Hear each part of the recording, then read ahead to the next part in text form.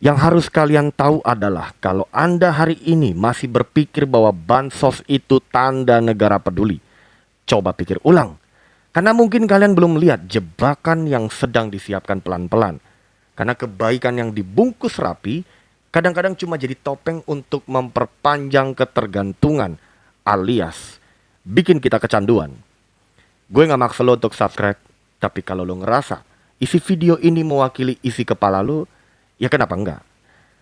Tanpa kalian sadari selama ini bantuan sosial selalu dipromosikan sebagai bentuk keberpihakan pemerintah pada rakyat kecil.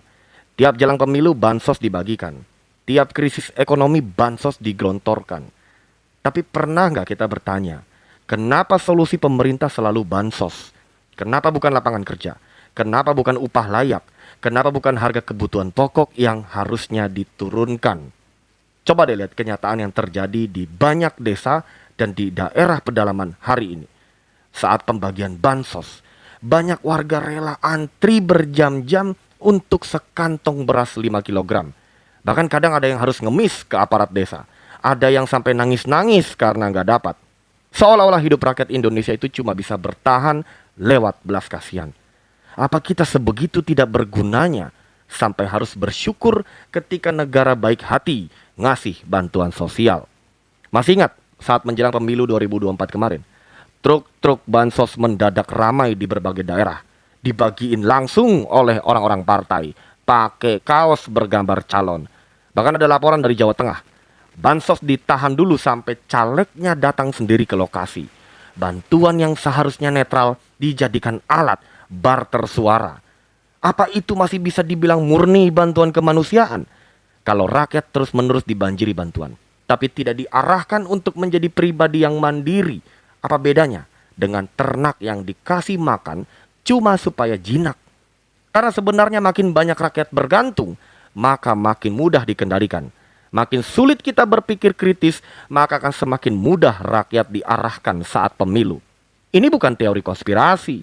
Ini strategi politik yang sudah berlangsung bertahun-tahun, alias fakta. Coba kita tanya sama mereka yang sering terima bansos. Apakah mereka merasa lebih merdeka karena dapat bansos? Atau justru makin takut kehilangan sehingga terpaksa nurut? Apakah bantuan itu bikin hidup Anda lebih aman? Atau malah bikin makin takut kalau besok tidak dapat lagi? Kalau jawaban mereka justru menunjukkan tanda-tanda kecanduan, berarti ada yang salah dengan metode bansos ini. Karena sejatinya, bangsa yang besar adalah bangsa yang menciptakan karakter kemandirian bagi setiap warganya. Bukan yang membiarkan rakyatnya candu akan bantuan-bantuan instan. Kalau hal ini terus dilanjutkan dan dibiarkan, bukankah kita sedang memelihara kemiskinan itu sendiri? Kalau kita terus memelihara budaya suap menyuap lewat bantuan cuma-cuma ini, berarti kita sedang mewariskan kemiskinan kepada generasi penerus. Awas, sesuatu yang sifatnya instan biasanya lebih banyak memberi dampak buruk ketimbang manfaat. Lihat aja, bagaimana pemerintah kita begitu cuek dan mengabaikan aksi-aksi pemerasan secara halus seperti yang terjadi di kehidupan kita sehari-hari. Contoh, kalian tahu tempat wisata alam di beberapa daerah belakangan ini banyak yang viral gara-gara aksi pungli yang dilakukan oleh warga setempat alias akamsi. Bagaimana perasaan kalian saat mengalami aksi pemerasan tersebut yang dilakukan oleh akamsi?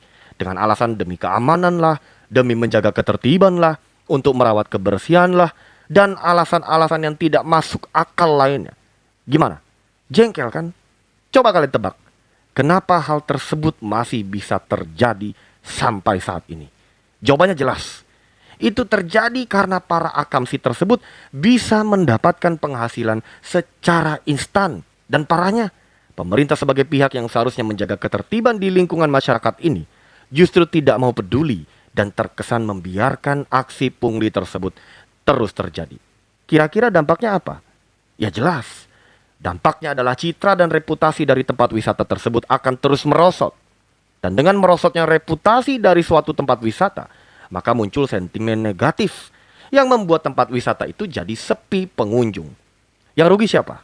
Warga setempat lagi, yang seharusnya bisa menciptakan peluang bisnis lewat mendirikan UMKM di sekitar tempat wisata. Inilah yang saya maksud tadi.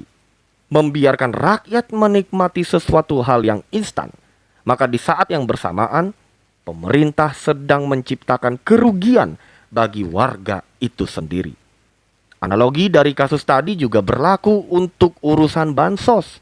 Karena urusan bansos itu sebenarnya bukan masalah benar atau salah. Masalahnya adalah kenapa rakyat terus dijadikan objek penderita, bukan subjek dari pembangunan.